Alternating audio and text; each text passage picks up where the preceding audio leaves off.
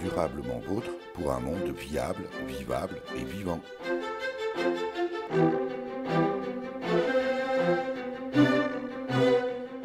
Aujourd'hui, nous évoquerons le commerce équitable et le changement climatique, ou comment un commerce responsable permet de limiter notre empreinte carbone. C'est le thème que nous avons choisi d'aborder à l'occasion du 20e anniversaire d'Horizon Solidaire, magasin de produits issus du commerce équitable sur la colline de Sion, en Meurthe-et-Moselle, où nous sommes aujourd'hui pour une émission en public.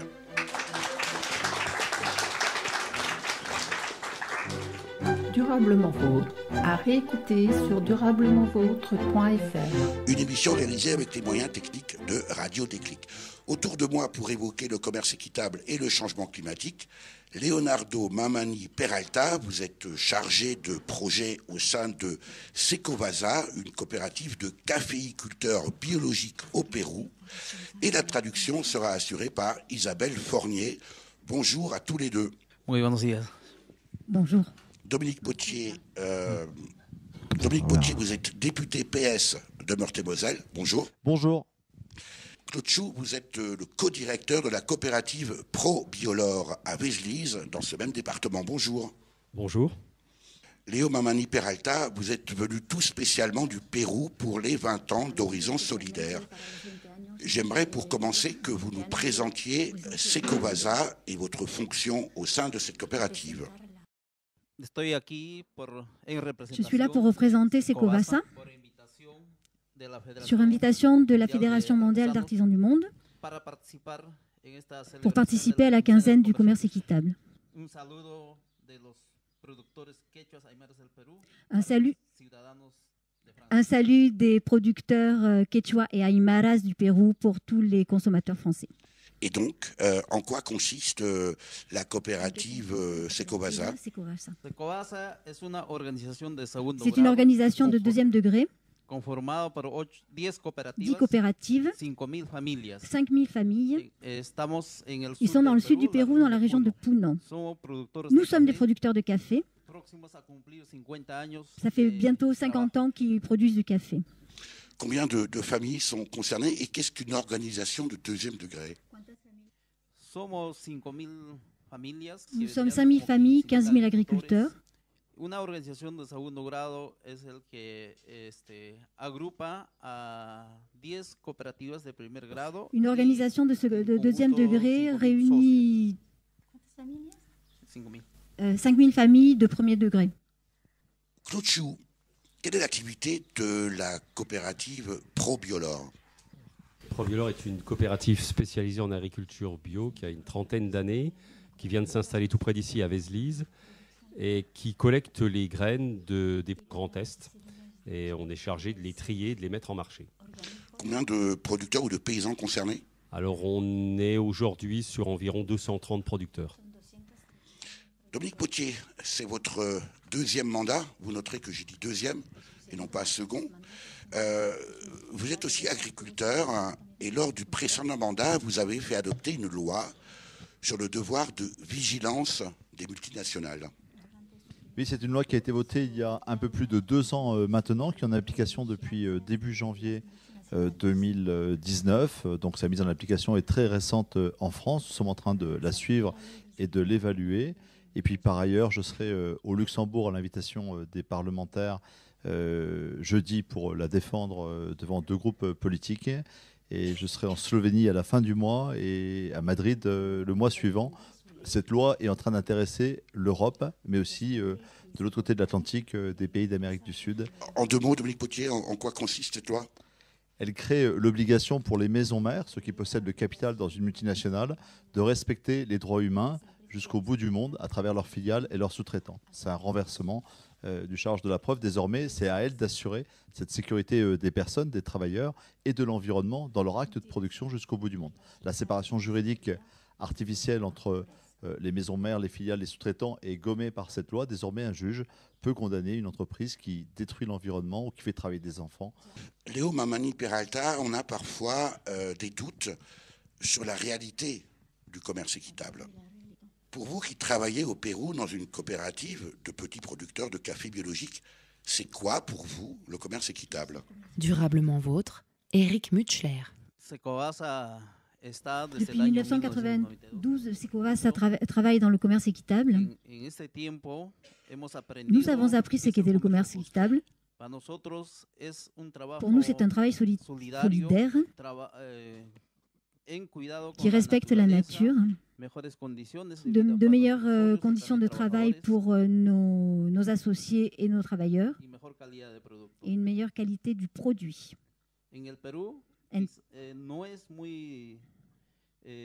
Au Pérou, ce n'est pas très habituel le commerce équitable. Ce qu'ils essayent de promouvoir, ce sont les petits producteurs. Ils sont organisés dans une société de commerce équitable, la CLAC, producteurs de café, de bananes, de mangue et de quinoa, mais ils ne bénéficient pas d'une aide directe du gouvernement péruvien. Ce qu'ils font, c'est uniquement grâce au commerce international et ce que demande le commerce international, mais aucune aide du gouvernement. Pourquoi avoir fait le choix du commerce équitable? Mais j'anticipe un peu déjà la réponse. Et sinon, quelles alternatives vous aviez? À cause du prix bas du café, c'était très très préoccupant des années auparavant.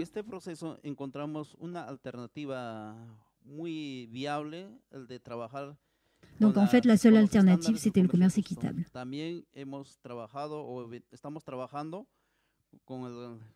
Et ils travaillent aussi avec du commerce bio. Nosotros anualmente recibimos certificación o supervisión de las entidades internationales de FLOCERT y también de ils travaillent avec les normes de l'Union européenne et des normes internationales et des normes de production de commerce bio du Japon et des États-Unis.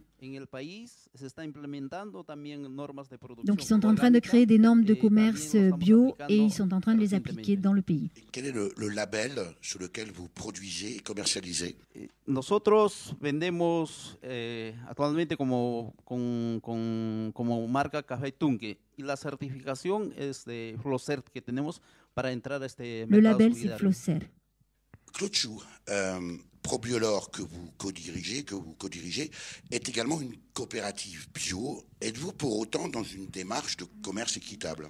Alors on est en train de travailler pour rentrer complètement dans cette démarche de commerce équitable parce qu'on est convaincu que l'agriculture biologique ne pourra tenir que si elle est dans ce cadre-là.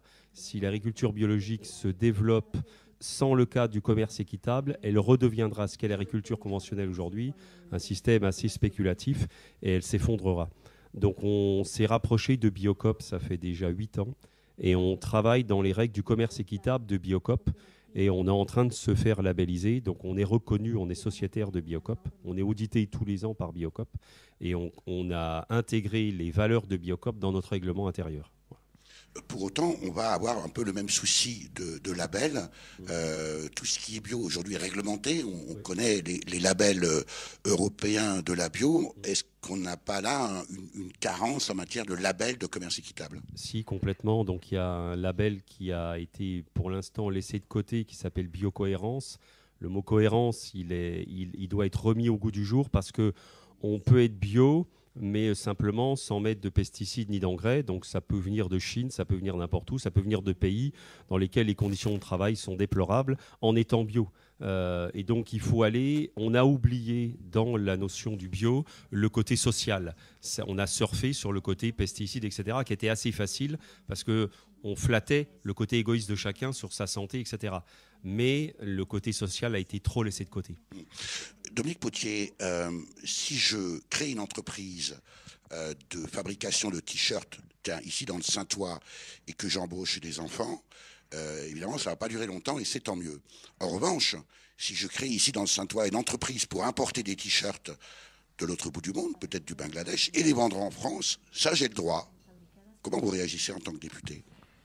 C'est bien en partant de ce constat et de cette séparation juridique entre l'acte commercial, le pouvoir économique de la maison mère et puis les conditions de production au bout du monde qu'on a établi ce principe de devoir de vigilance, qui est un principe de précaution. C'est-à-dire que chaque entreprise doit prévenir ce travail des enfants, doit prévenir le fait que les eaux qui ont fabriqué les t-shirts ne soient pas rejetées à la rivière et polluent, le cas échéant, la nappe phréatique. Donc, toute cette idée de responsabilité de la maison mère, celui qui a le pouvoir économique a la responsabilité sociale et environnementale, c'est une petite révolution. C'est une révolution silencieuse aujourd'hui parce qu'encore une fois, la loi est mise en œuvre depuis moins de 4 mois aujourd'hui. Aujourd'hui, il y a une dizaine de multinationales qui ne l'ont pas mise en œuvre. Je ne vais pas donner les noms ici, parce que je par principe. On peut donner des noms. Mais vous trouverez des très grandes banques de réputation qui sont extrêmement puissantes. Vous trouverez un géant du lait, chacun se mettra les marques qui n'ont pas pris la peine de simplement déposer un plan de vigilance. Et on est en train de développer avec plusieurs ONG une action en justice parce que c'est un acte illégal. Elles ont une obligation d'avoir un plan de vigilance. Et puis il y a d'autres qui ont déposé un plan de vigilance, mais qui n'ont pas mis les moyens adéquats par rapport à ces moyens de vigilance. Quand on fabrique des t-shirts, pour prendre votre exemple, ou des jeans, je vais donner 2 chiffres entre un t-shirt fabriqué de façon équitable et juste et un qui est salopé, fait par, dont les produits, encore une fois, sont rejetés dans l'environnement, qui sont fabriqués par des gamins qui devraient être à l'école. On va gagner 10 centimes. Sur un jean, c'est 5 euros.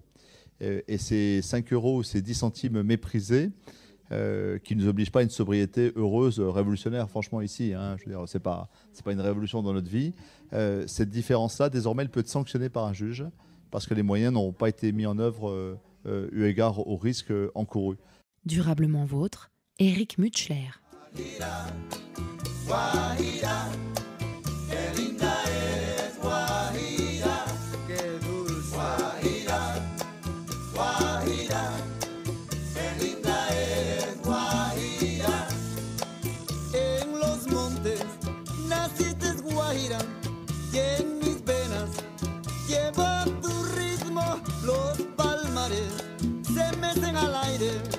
Oh linda Guajira de mi corazón, Guajira, Guajira, oye, qué linda eres Guajira, Guajira, Guajira, qué linda eres Guajira. En los montes naciste Guajira y en mis venas lleva tu ritmo, los palmares se mecen al aire, oh linda Guajira de mi corazón. Guajira, Guajira, oye Guajira, qué linda eres Guajira, dulzura, Guajira, Guajira, qué linda eres Guajira. Para ti mi linda Guajira.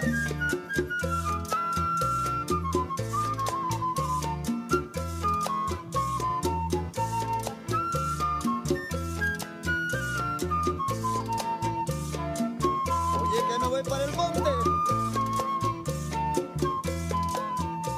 que en el monte se goza mejor.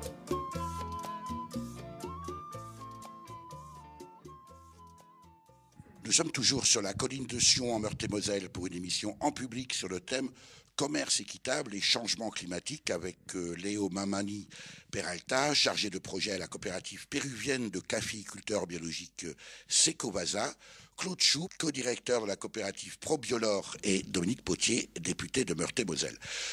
Le changement climatique, on le sait, est une conséquence des émissions de gaz à effet de serre, dont le carbone, que la nature a mis des millions d'années à stocker sous terre, sous forme de charbon et de pétrole, et que l'ère industrielle a relâché brutalement dans l'atmosphère en moins de 200 ans. Dans ce contexte, on comprend assez facilement que les circuits courts qui évitent le transport inutile des marchandises, je rappelle que les aliments parcourent en moyenne 1700 km avant d'arriver dans nos assiettes, réduit notre empreinte carbone. Mais en quoi l'importation de produits venant du bout du monde, comme le café, peut-elle réduire cette même empreinte carbone lorsqu'elle s'effectue dans le cadre du commerce équitable? Qui veut répondre? Leonardo Mama Peralta. Sí, nuestras actividades Nos activités visent toujours à réduire les émissions de gaz à effet de serre. Leurs cultures sont sous système de culture agroforestier. C'est différent des cultures de plein champ. Pour faire sécher le café, ils utilisent le soleil. Il y en a un petit peu plus qu'ici. Et ils promeuvent les énergies renouvelables. Pour le transport depuis l'endroit de production jusqu'à l'endroit de transformation, ils n'utilisent pas de pétrole.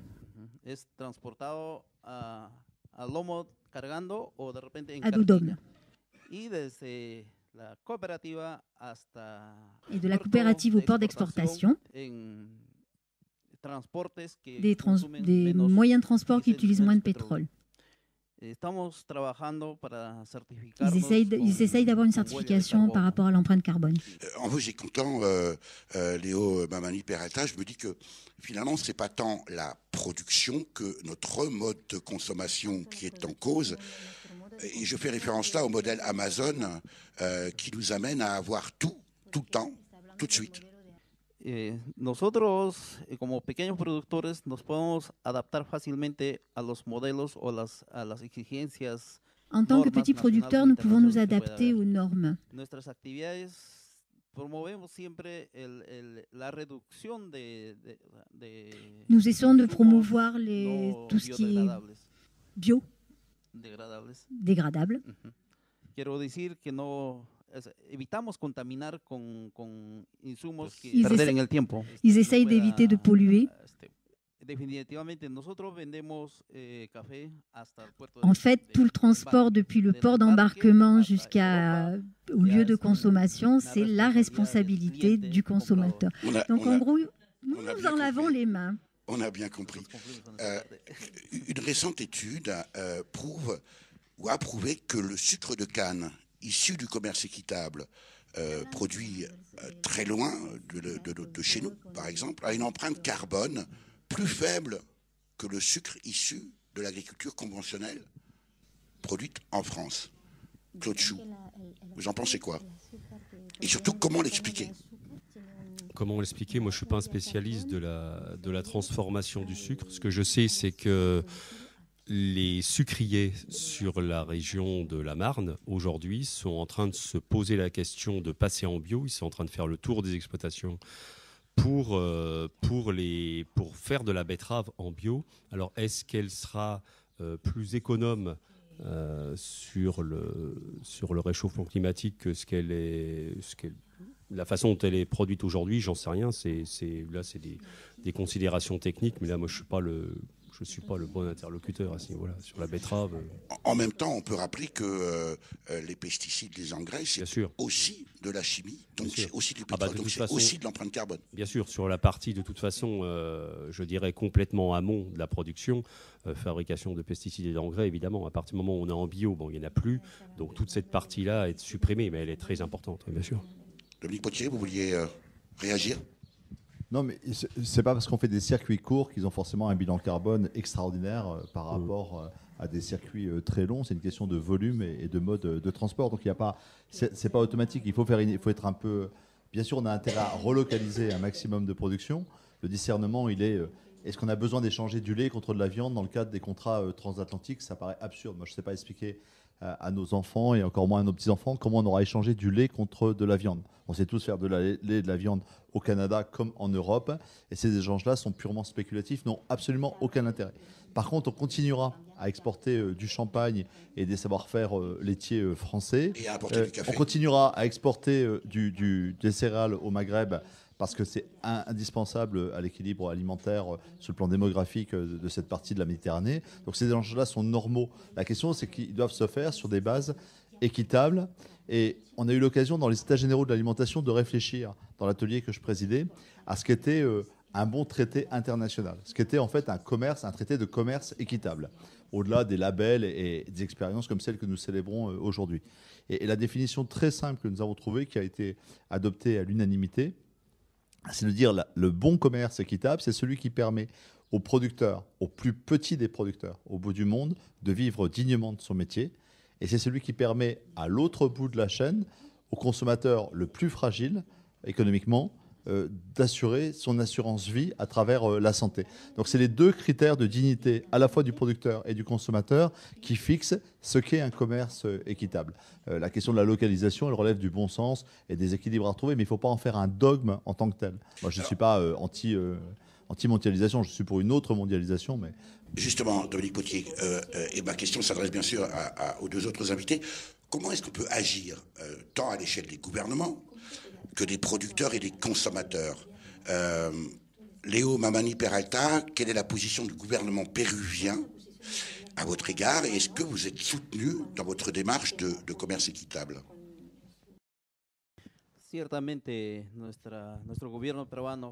Notre gouvernement ne parie pas beaucoup sur le commerce équitable. Il nous voit comme une entreprise privée à des buts lucratifs. Pourtant, la coopérative n'a pas de but lucratif et veut promouvoir une économie solidaire. Il faudrait que le gouvernement comprenne mieux ce modèle d'affaires, de commerce. Nous avons une association qui s'appelle la Junta Nationale des producteurs de café. Et nous sommes organisés sous le sceau des producteurs de café, faire entendre notre voix de protestation et nos demandes au gouvernement. Nous considérons que les petits producteurs doivent être aidés, entendus et aidés. Il n'y a pas de contribution qu'on puisse sentir et on n'est pas très content. Durablement vôtre, Éric Mutschler. Claude Chou, à Probiolor, alors Probiolor et d'autres, vous évoquez à l'instant les magasins Biocoop, on évoque surtout la question du prix, souvent, à l'achat, bien sûr, pour le consommateur. Est-ce que ça ne pose pas aussi la question de ces fameuses externalités négatives? C'est-à-dire que l'on paye avec la poche droite quand on va dans le supermarché, évidemment c'est un prix plus faible, mais qu'on va payer finalement avec notre poche gauche parce qu'on va avoir les effets induits de l'impact sur l'environnement, sur la santé. Comment vous réagissez par rapport à cette question de la différence entre le prix et le coût? C'est évident, cette externalité positive aujourd'hui, ou négative, ça dépend de quel côté on se place. Nous, on la travaille, on la permet à travers le développement du bio, mais on se sent complètement abandonné sur ce dossier-là, parce que les aides bio devraient être conditionnées. Ça devrait être une reconnaissance de ces externalités. C'est pas encore clairement le cas aujourd'hui. Et les gouvernements, pour moi, se désengagent aujourd'hui de ce dossier-là parce qu'elles ont donné les aides, la distribution et la gestion de ces aides-là au niveau des régions. Ce qui fait qu'il y a des discours qui se font au niveau national. On déclame un certain nombre de valeurs et de choses au niveau national. Et après, on dit aux régions, démerdez-vous avec le sujet. Excusez-moi le terme, mais c'est la réalité.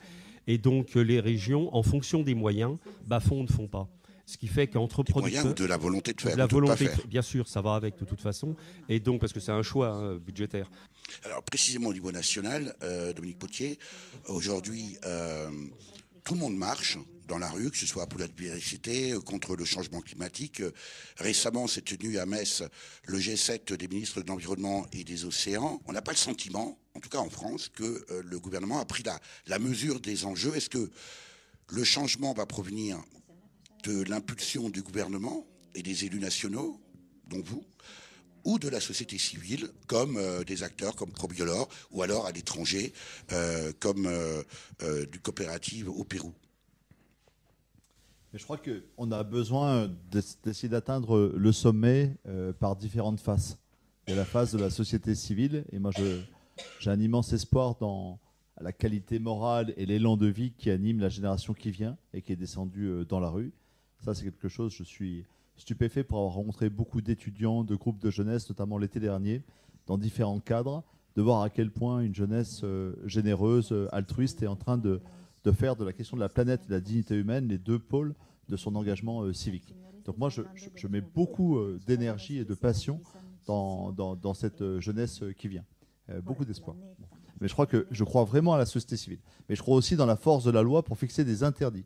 Je donne un exemple très simple. On célèbre l'action de notre ami Leonardo au Pérou. Elle est héroïque dans un pays qui ne l'accompagne pas assez, mais dans un pays voisin, le Brésil. Le gouvernement qui est désormais au pouvoir fait de la question du productivisme agroalimentaire sa nouvelle ligne politique. À l'échelle de la planète, c'est une tragédie. Lorsqu'on sait que 30% de l'extinction des espèces est due, pour la cause de 30%, un tiers de l'extinction des espèces est due au transfert, à l'extension des terres agricoles, pour l'huile de palme et pour d'autres productions industrielles, et que ce phénomène-là va être désormais accéléré au Brésil. Donc la fin des forêts primaires, la fin des zones humides, etc., c'est la tragédie de la biodiversité, qui a un impact elle-même sur le changement climatique et sur notre souveraineté alimentaire. Il est frais, le roseau, la tête à moitié dans l'eau, et le chêne, droit debout, semble être au-dessus de tout. Le roseau plie les genoux et s'effondre à tous les coups, car c'est sa fatalité, toujours à tomber, tomber, tomber pour se relever, retomber, tomber pour se relever. Même si le chêne est géant, il fendra dans l'ouragan. Moi, roseau par mauvais temps, je danse avec le vent.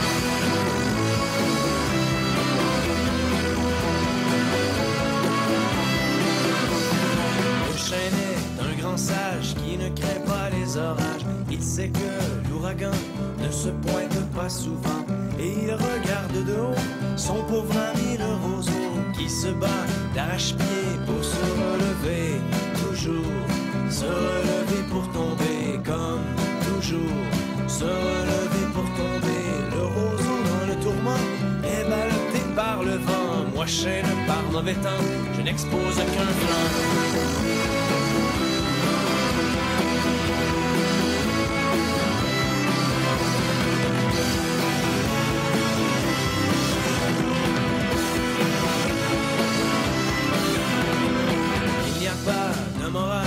Cette histoire banale que des individus et différents points de vue. Pour se consoler un brin, on rabaisse le voisin. Il faut bien se relever avant de tomber, tomber, tomber et nous relever, retomber, tomber et nous relever. Chacun dans sa solitude cultive ses certitudes qui par instinct de survie confortent nos vies. Durablement vôtre, Éric Mutschler. Secovasa, Claude Chou, co-directeur de la coopérative ProBiolore, et Dominique Potier, député de Meurthe-et-Moselle, dans cette émission qui se déroule en public sur la colline de Sion, en Meurthe-et-Moselle, à l'occasion des 20 ans du magasin Horizon Solidaire. Le départ à la retraite d'une génération d'agriculteurs va libérer des terres. Vers quel modèle allons-nous?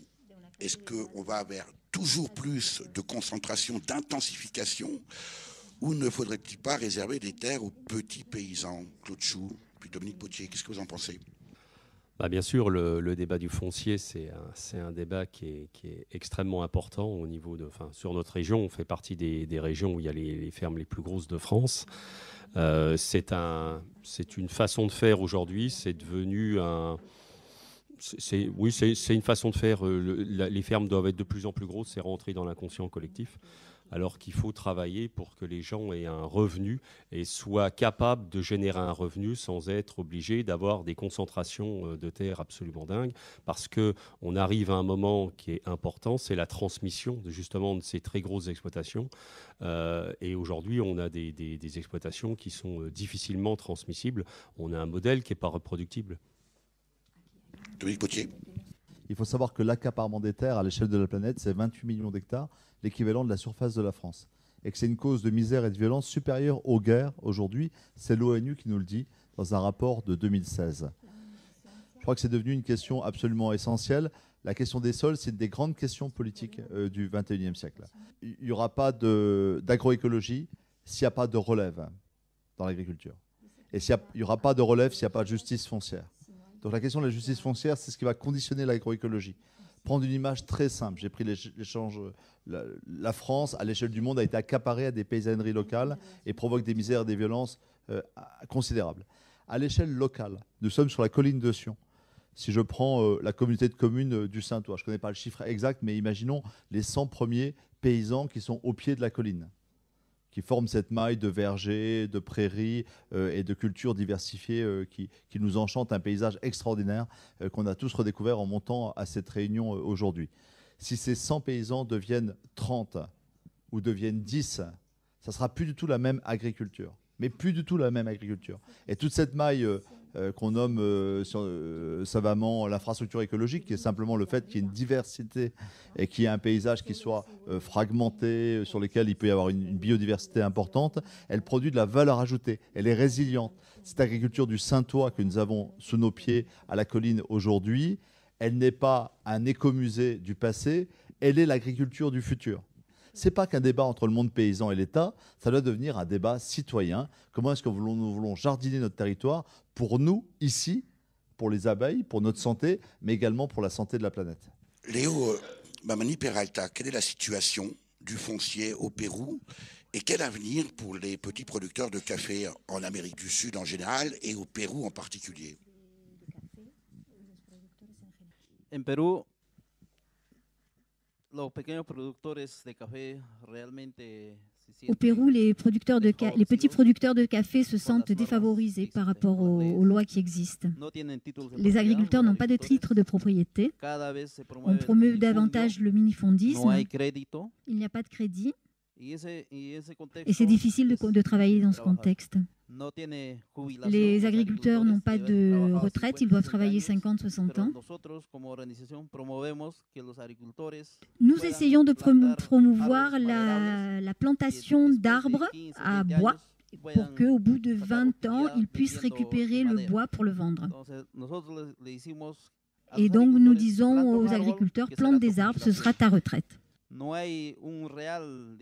n'y a pas de politique réelle de l'État pour les petits producteurs. Il y a des programmes sociaux, une pension 65 ans.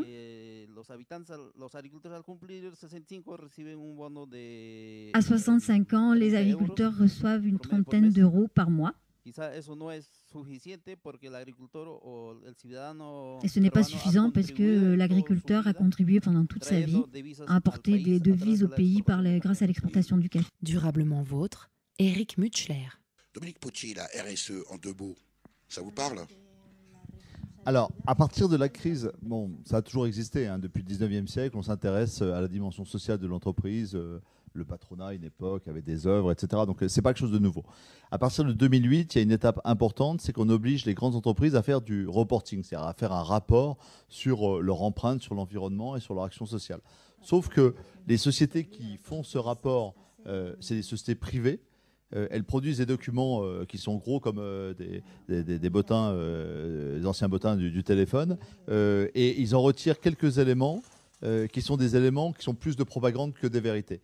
Le reporting social et environnemental tel qu'il existe aujourd'hui donne une vision floue de la réalité de l'entreprise.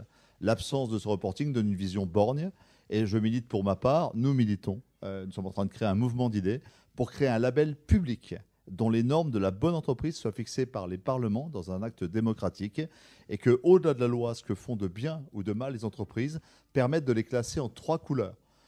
Les rouges, celles qui sont pas bien, qui ont moins de 33 points sur 100, celles qui seront oranges, qui sont en transition, et les vertes. Moi, je fais le pari que ce label public, qui est juste une mesure libérale au sens philosophique, dans le sens où il donne des capacités aux citoyens de s'investir dans la marge de son économie, ce label-là serait une petite révolution. Et qu'au bout de 10 ans, la capacité de la génération qui vient, celle dont on a parlé tout à l'heure, à choisir avec qui, dans quelle entreprise il va collaborer. Ils n'iront pas dans les entreprises rouges. Et les talents iront dans les entreprises vertes. Et votre épargne, vous choisirez de la mettre pour quelque chose qui va ruiner la planète et vos enfants. Non, vous la mettrez dans des entreprises vertes.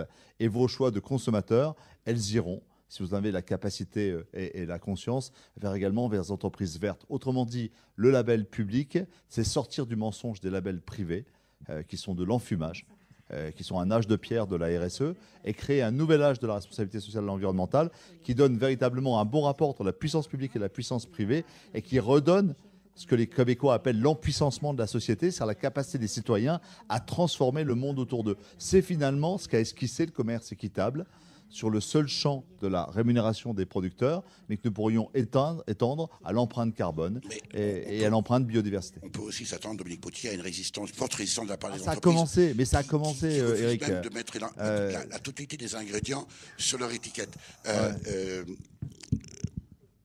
Claude Chou, vous souscrivez bien sûr à cette idée de Dominique Potier et d'autres d'arriver à cette c'est assez marrant parce label RSE officiel. On a commencé, nous, à le travailler en interne et aujourd'hui, on s'est posé la question il y a 6 mois. On s'est dit on va commencer à faire le score des entreprises avec lesquelles on travaille parce que nous, on est des acteurs de l'amont, on trie des graines et on les livre à des transformations qui sont des transformateurs, qui sont des huiliers, des meuniers, des floconneurs, etc. Et on s'est dit on va regarder dans nos critères ceux qui tiennent la route. Alors, on ne va pas leur mettre un rouge, vert, orange, etc. Mais c'est un peu le principe. On a commencé à se faire une grille de notation en se disant, eh bien, par exemple, dans ces critères du commerce équitable, est-ce que c'est de l'enfumage chez eux ou est-ce que c'est quelque chose de sérieux? Est-ce qu'ils veulent s'en servir pour faire bien en faisant du cinéma? Parce que c'est à qui sera le plus équitable entre eux, mais on est dans le cinéma complet. Hein. Mais on s'est dit, on va commencer à les noter et on va mettre de la matière première plus chez celui-là ou chez celui-là parce que notre partenariat, il est durable. Chez celui-là, il n'est pas durable. C'est des gens qui se servent du bio, mais pour l'image, cela ne nous intéresse pas. Derrière, il n'y a rien, c'est creux. Voilà. Donc on a commencé à se noter l'ensemble de nos clients et ça va commencer à faire drôle parce qu'on a commencé à en parler à certains d'entre eux en leur disant, et on va leur montrer les notations qu'on est en train de faire, et ça commence à bouger un peu. Ça les gêne beaucoup, notamment sur le côté équitable, parce que le côté équitable, ce qui me gêne beaucoup, c'est qu'on en parle beaucoup au niveau des producteurs, les petits producteurs, etc. Mais le côté équitable, il n'a un intérêt que si le commerce, c'est-à-dire les gens qui vendent, qui sont les vecteurs du commerce équitable choisi par ce modèle choisi par les producteurs, c'est à eux de le mettre en marché. Et donc, il faut qu'ils soient exemplaires, parce qu'on ne peut pas être une courroie de transmission qui transmette des valeurs qu'on ne s'applique pas à soi-même.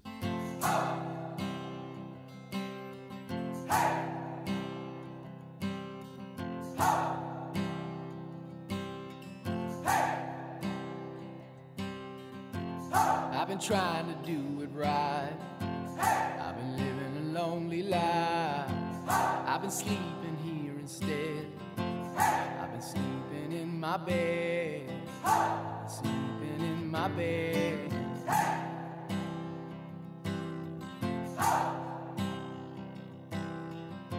So show me family, all the blood that I will bleed. I don't know where I belong. I don't know where I went wrong. But I can write a song. I belong with you, you belong with me, my sweetheart. I belong with you, you belong with me, my sweetheart.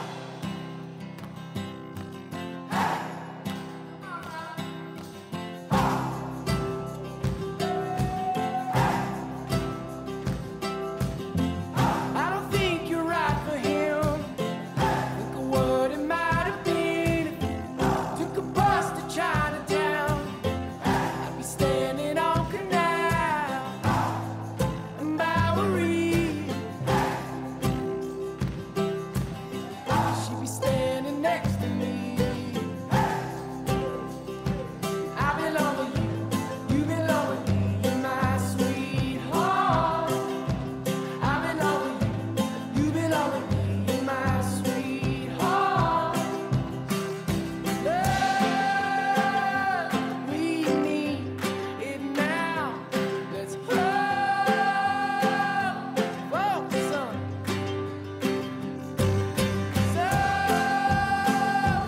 where it bleeding now. I belong with you, you belong with me, my sweetheart. I belong with you, you belong with me, my sweetheart.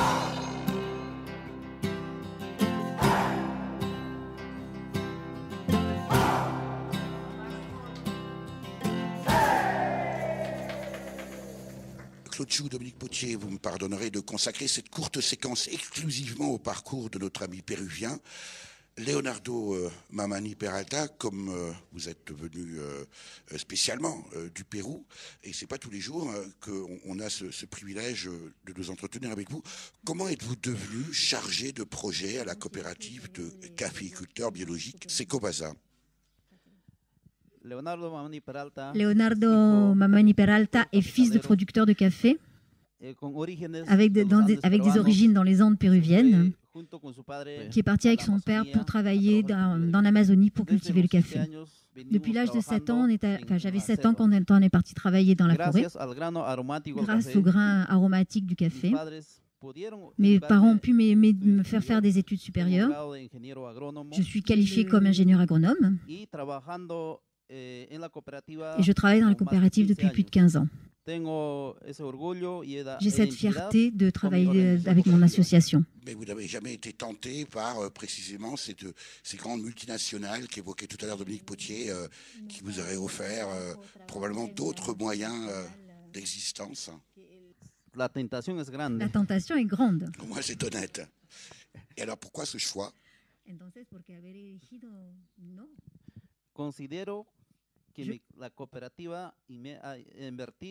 Je considère que la coopérative a investi sur moi et je dois leur rendre cet investissement. En travaillant dans la coopérative, je vais aider les autres producteurs de café. Et si je travaille dans une multinationale, je ne contribuerai qu'à une seule personne.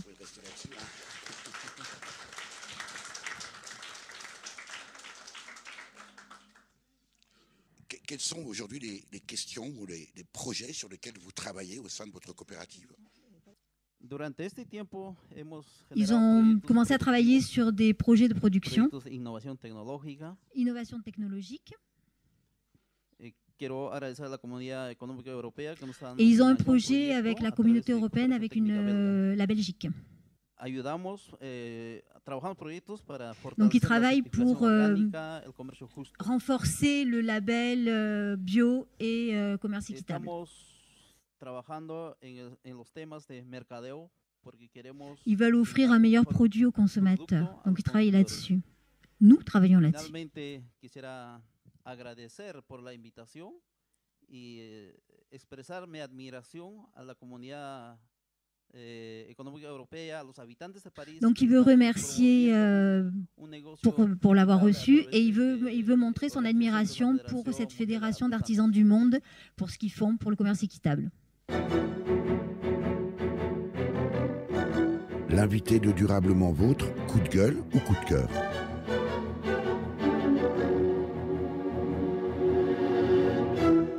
Secovasa, Claude Chou, co-directeur de la coopérative ProBiolore, et Dominique Potier, député de Meurthe-et-Moselle. C'est le moment de la séquence coup de cœur, coup de gueule. On va commencer avec vous, Léo Mamani Peralta. Coup de cœur ou coup de gueule? Corazonada ira. Coup de cœur et coup de gueule. Allons-y. Producteurs et consommateurs, nous devons prendre conscience réellement pour la durabilité de la planète. Les producteurs, pas juste sur le sujet économique. Les consommateurs ne doivent pas penser que les producteurs sont des pays pauvres. Du point de vue du producteur, il faut préserver le milieu ambiant, l'environnement.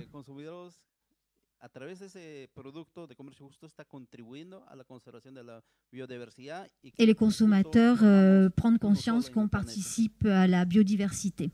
Est-ce qu'on prend le chemin, d'après vous, de cette prise de conscience? Oui, définitivement, oui. On est sur le bon chemin. On aimerait partager avec vous cet optimisme. Est-ce que ça veut dire, Léo Mamani Peralta, qu'on est vraiment obligé aujourd'hui et confronté à un changement de paradigme? Isabelle Fournier, je vous laisse traduire le mot paradigme. Allez, on va l'appeler autrement, un changement d'humanité. Si, je crois que si. Oui, je pense que oui. Bien, écoutez, allons-y gaiement. Claude Chou, coup de cœur, coup de gueule. Ça peut être les deux. Ce sera donc les deux. Le coup de gueule, c'est arrêtons de faire semblant, quoi. La prise de conscience, je croirais aux gens qui diront qu'ils ont une prise de conscience le jour où ils changent d'attitude. Le gros problème qu'on a aujourd'hui, c'est qu'on est dans un monde qui fait semblant en permanence. On fait semblant d'y croire, on fait semblant qu'il va falloir faire des choses, mais quand il y a le feu, eh ben, on se précipite pour aller prendre des seaux et aller jeter sur l'incendie et on agit. Là, aujourd'hui, on discute beaucoup, etc., mais je trouve qu'on n'y va pas. Il y a un manque de radicalité dans l'action, mais à tous les niveaux. Hein. Ça veut dire que vous ne partagez pas complètement l'optimisme de... je ne suis pas hyper optimiste. Aujourd'hui, j'attends de voir de voir des gens qui se lèvent en masse. Alors, je suis effectivement ravi de voir ce qui se passe dans les rues aujourd'hui. Mon coup de cœur, c'est vraiment les jeunes, parce que je sens une quête de sens très forte, des gens qui se posent les questions de ce qu'ils achètent, qui ont compris que leur carte bleue, c'est un bulletin de vote, et ça me réjouit, parce qu'ils vont faire bouger les choses, mais je suis désespéré de voir le système qui continue à faire semblant. On fait semblant de dire le bio c'est bien, mais on sait bien pour son business, mais on a oublié les valeurs fondamentales.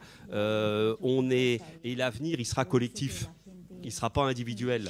Le défi, il est collectif aujourd'hui, à tous les niveaux. En même temps, Claude Chou, est-ce que ça va suffire d'acheter des baskets bio pour changer le monde ? Mais c'est que chacun fasse sa part. Voilà, mais faisons notre part. Si chacun fait sa part, la planète, elle est transformée et ça ira très vite. Mais que chacun fait sa part. Mais que les gens ne fassent pas semblant de faire leur part. Faisons notre part, mais sincèrement. Voilà. Mais faisons-le. Mais commençons par agir. N'attendons pas que l'autre le fasse. Nous, on est rentré en bio, on a monté une coopérative, on avance dans le commerce équitable. On n'attend pas de nous dire il faut le faire, il ne faut pas le faire. On fait notre part. Je ne suis pas en train de regarder si les autres ils font bien ou pas. C'est pas le sujet. Faisons notre part. Mais commençons déjà par la faire nous-mêmes.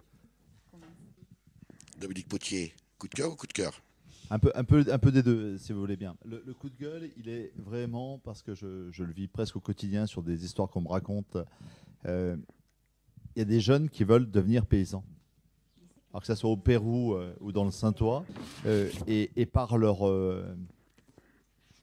inconscience ou leur appât du gain, d'autres les empêchent de réaliser leurs rêves. Or, l'humanité a besoin d'une relève paysanne. Donc mon coup de gueule, il est contre ceux qui continue à pratiquer l'accaparement des terres, alors que c'est une démarche qui est suicidaire dans ses effets économiques, sociaux et sur le plan environnemental, climat et biodiversité. Mais donc vraiment, le coup de gueule, c'est l'absence de capacité. Ça ne suffira pas de le dénoncer pour que le phénomène s'arrête. Je travaillais depuis 5 ans sur une loi et que le président de la République l'annonce. Alors, est-ce qu'il fait semblant ? Je reprends la question de Claude Chou, je ne sais pas, mais en tout cas, on va tout faire pour que ce ne soit pas pour faire semblant. Voilà. Mais la question de la relève et de permettre que cette passion de devenir paysan ne puisse pas se réaliser, c'est vraiment mon coup de gueule aujourd'hui. Donc il y a besoin d'une loi, mais aussi d'un changement d'état d'esprit. Et deux, le coup de cœur, il est vraiment pour le mouvement ATD Caramonde, mais avec elle, avec le conseil départemental, avec les élus du Saintois, du Toulois, on travaille avec ATD Caramonde. On est le labo national d'une nourriture de toutes les qualités pour tous. Et on bosse avec des militants parmi les plus exclus pour que la nourriture soit pour eux aussi une fête, une chance, une dignité. La dignité dans l'assiette s'appelle. C'est le mouvement qui ressemble à quelque chose qui pourrait s'appeler un peu la tablée. C'est comment chaque gosse peut échapper aux maladies, aux pathologies chroniques qui sont liées à la malbouffe et comment chacun peut faire de la nourriture une chance. Il y a un enthousiasme extraordinaire. On était 400 à Toul au mois de mars, réunis, plein de jeunes, plein de femmes, sur un combat qui est authentiquement politique. Vraiment politique, la nourriture de qualité pour tous. Et ça m'enthousiasme profondément. Et puis, puisqu'on est à quelques jours des élections européennes, mon coup de gueule, il serait pour les imbéciles qui n'iraient pas voter, et mon coup de cœur, il est pour les citoyens qui vont se lever.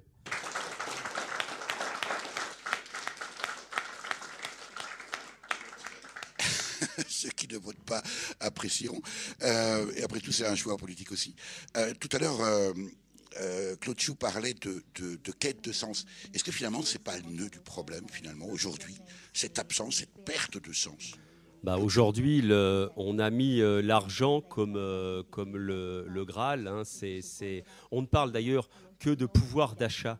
mais c'est assez consternant. Alors, si on dit ça, on va se dire, bah oui, mais tu te rends pas compte, tu penses pas à celui qui n'a pas les moyens. Non, arrêtons avec ces discours qui sont insupportables.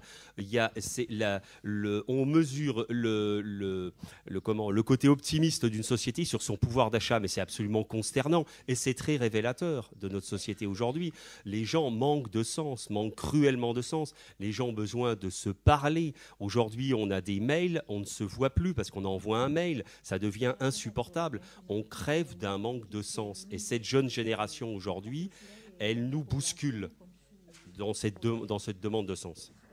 Voilà pour cette émission sur le commerce équitable et le changement climatique, enregistrée en public sur la colline de Sion en Meurthe-et-Moselle, à l'occasion du 20e anniversaire du magasin de produits issus du commerce équitable Horizon Solidaire.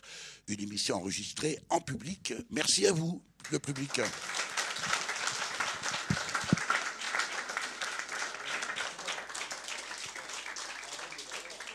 Avec Léo Mamani Peralta, chargé de projet à la coopérative péruvienne de caféiculteurs biologiques Secovasa, Claude Chou, co-directeur de la coopérative Probiolor, et Dominique Potier, député de Meurthe-et-Moselle. Merci à tous les trois. Merci. Merci. Merci.